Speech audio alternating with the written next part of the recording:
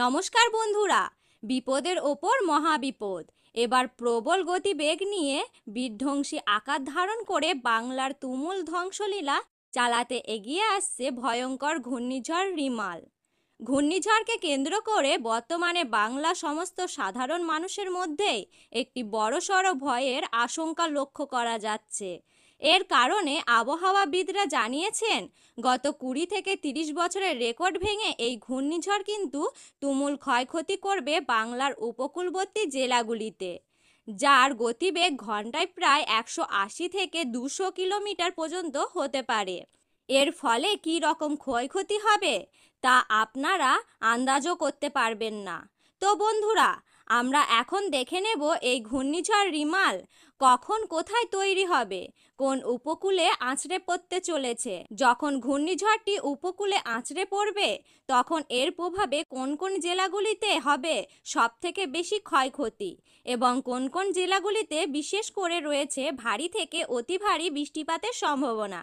তো এই সমস্ত বিষয়গুলিকে কেন্দ্র করে যে গুরুত্বপূর্ণ তথ্যটি চলে এসেছে, তো তাই কিন্তু আমি আজকে আপনাদেরকে জানিয়ে দেব এই ভিডিওটির মাধ্যমে। বিস্তারিত জানতে হলে অবশ্যই ভিডিওটিকে শেষ পর্যন্ত মনোযোগ সহকারে দেখবেন এবং চ্যানেলটিকে সাবস্ক্রাইব করে পাশে থাকা বেল বাটনটি অল করে রেখে দেবেন। তাহলে চলুন ভিডিওটি শুরু করা যাক। বর্তমানে বঙ্গোপসাগরের গভীর থেকে অতি গভীর নিম্নচাপ সৃষ্টি হয়েছে, যা কিনা সময়ের সাথে সাথে কিন্তু প্রবল শক্তি সঞ্চয়ের মাধ্যমে ঘূর্ণিঝড়ের রূপ নেবে। আবহাওয়াবিদরা জানিয়েছেন, আগামী 48 ঘন্টার মধ্যে ঘূর্ণিঝড়টি কিন্তু তার সম্পূর্ণ ভয়ঙ্কর রূপ ধারণ করে ফেলবে। প্রাথমিক অনুমান অনুযায়ী এই ঘূর্ণিঝড়টি পশ্চিমবঙ্গ নয়তো বাংলাদেশের উপকূলবর্তী এলাকাতে আছড়ে পড়তে পারে, যার ফলে 3 থেকে 4 দিন পর্যন্ত বাংলার জেলাগুলিতে চলবে ভারী থেকে অতি ভারী বৃষ্টিপাত। ভয়ঙ্কর ঝড়ের দমকা হাওয়ার জোরে উপকূলবর্তী এলাকাতে হতে পারে বিশাল ক্ষয়ক্ষতি। সমুদ্রের প্রবল জল চাষের জেরে মৎস্যজীবীদের সমুদ্রে যেতে নিষেধ করা হয়েছে এবং উপকূলবর্তী অঞ্চলে তৈরি হতে পারে বন্যার পরিস্থিতি।